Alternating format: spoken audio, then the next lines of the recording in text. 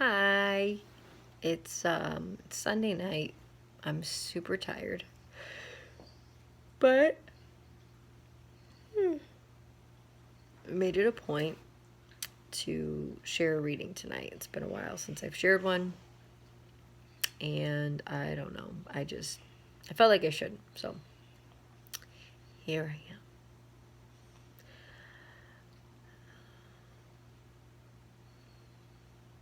Jeremiah 29:11 says, "For I know the plans I have for you, declares the Lord. Plans to prosper you and not to harm you, plans to give you hope and a future. Then you will call on me and come and pray to me, and I will listen to you. You will seek me and find me when you seek me with all your heart." And Jeremiah 1:5 says, "Before I formed you in the womb, I knew you.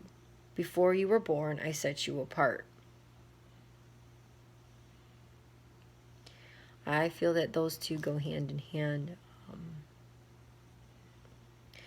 I think there's so many times when things don't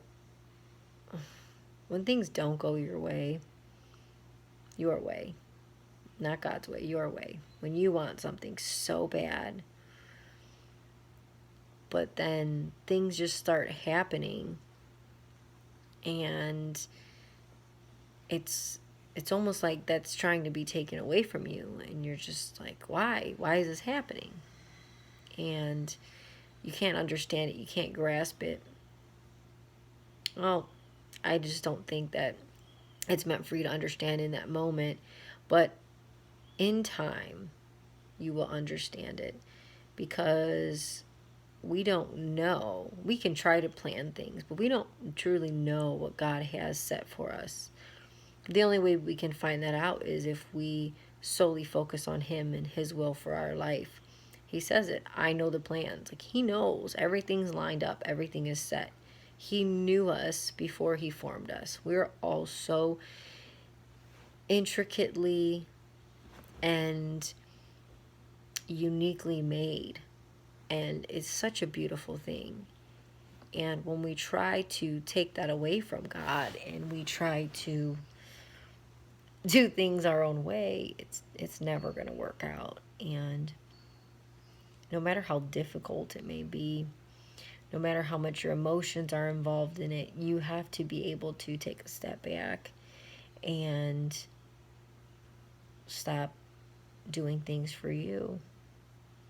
You have to do things for Him, and He'll provide everything else after that. But we get so wrapped up in the day-to-day, the rat race, the me, my, I may have talked about this before. I feel like I have.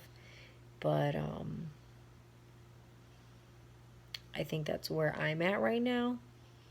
I'm not at a bad place, but I'm also not at the best place I've been at.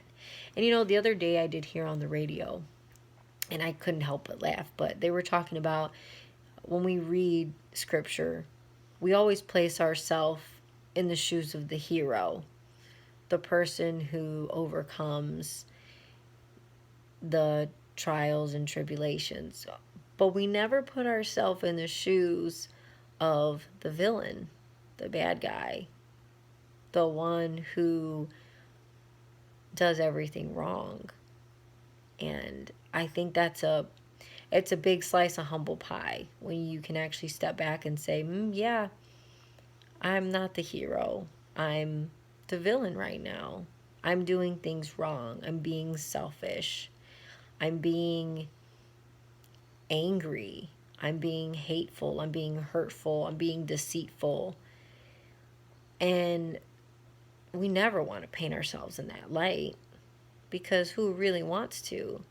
But when you actually can do that and you read His words, like, God knows when we're going to mess up. He knows when we sin. He knows when we do all the things wrong.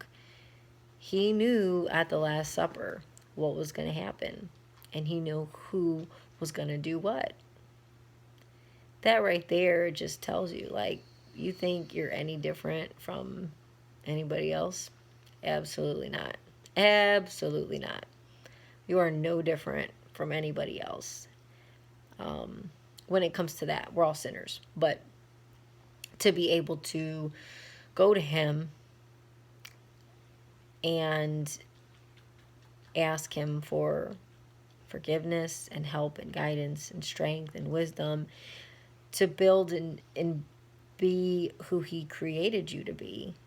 That's the beauty in it. That pain that you have to go through, all the difficulties in life, once you endure that and you continue to seek him through it, that's what really matters. Not having a perfect life, not always being the hero.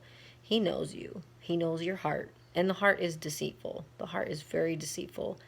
Above all things, it is. I know that. When you lead with your heart, not what God has put in your heart, but when you lead with your selfish heart and your selfish desires, you are never going to come out on top. Ever. So let him lead you. Let him guide you. And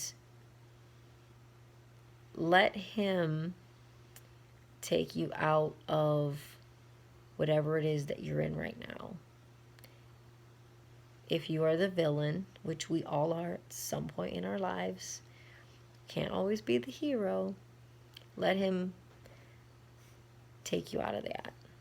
Let him get you where he needs you to be.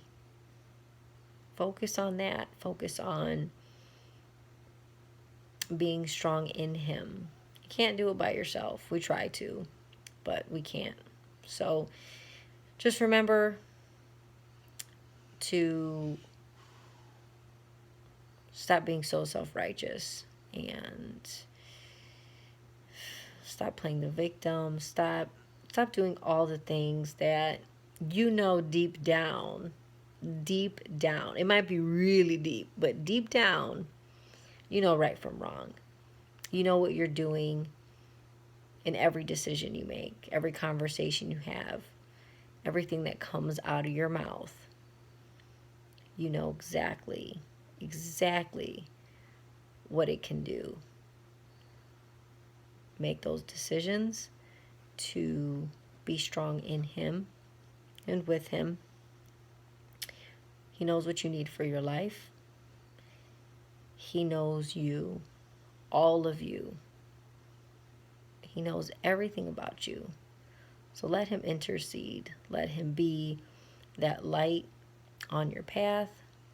Let him be God. Have a good night. God bless.